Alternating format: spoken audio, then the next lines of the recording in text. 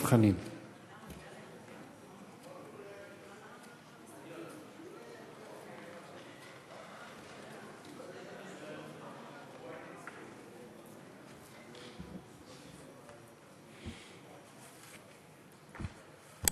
אדוני היושב-ראש, כנסת נכבדה, בימים קשים של המלחמה בטרוריסטים, כשחיילי צבא הגנה לישראל עומדים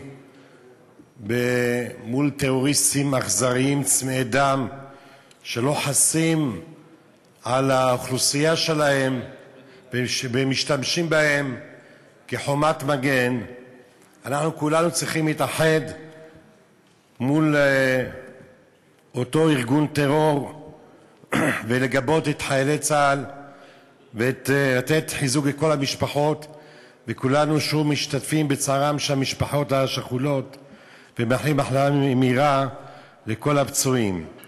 אדוני היושב-ראש, כשאנחנו מדברים על המנהרות והמלחמה במנהרות, שזה למעשה המאבק המרכזי, המלחמה המרכזית של מדינת ישראל, צריך לזכור שהמנהרות התחילו קודם כל בכנסת ישראל.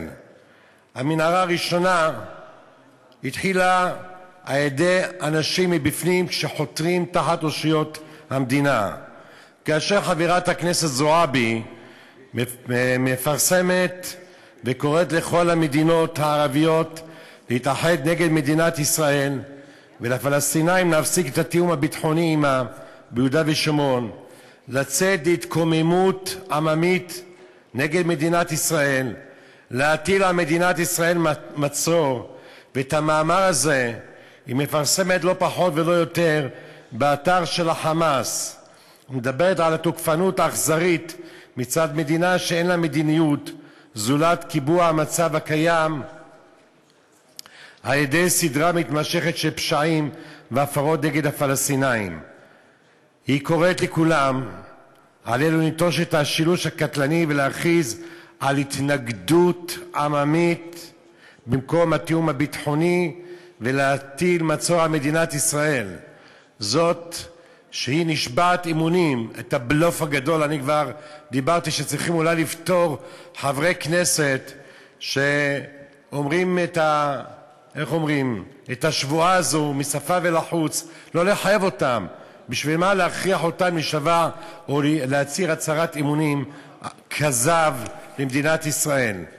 עכשיו, מה אחמד טיבי כשהוא קורא ברשות הפלסטינאי ואומר בהאי לישנא, בערבית כמובן, וכולם מוחאים לו כפיים, ואומר בהיסטוריה של העמים ובמאבקיהם השהיד הוא שיא התפארת, אין ערך נעלה יותר מאשר השהדה שהוא מוות למען אללה.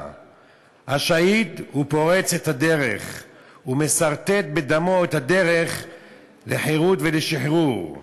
השהיד הוא סמל המולדת. ברכות לשהידים שלנו ושלכם בתוך הקו הירוק ומחוץ הקו הירוק, לכל אלפי השהידים. בעוד שאנו אומרים אלה שהכובש רצה שיכנו אותם מחבלים, בעוד אנו אומרים כי הם נעלה יותר מהם. כאשר מעודדים ומחזקים וזחאלקה רוקד ואומר בדם ואש נפדה את פלסטין, אם אלה חברי הכנסת שלנו ואלה המנהרות שחופרים מתחת אושיות המדינה, הם מייצגים את חלק ממדינת ישראל, אבוי לנו שכך עתה בימינו ובגורלנו. לכן אדוני היושב-ראש, אין צורך לחפש עוד חקיקה איך להעמיד אותם לדין.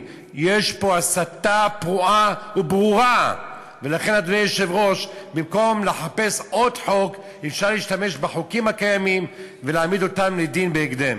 תודה לחבר הכנסת נסים זאב. חבר הכנסת דב חנין.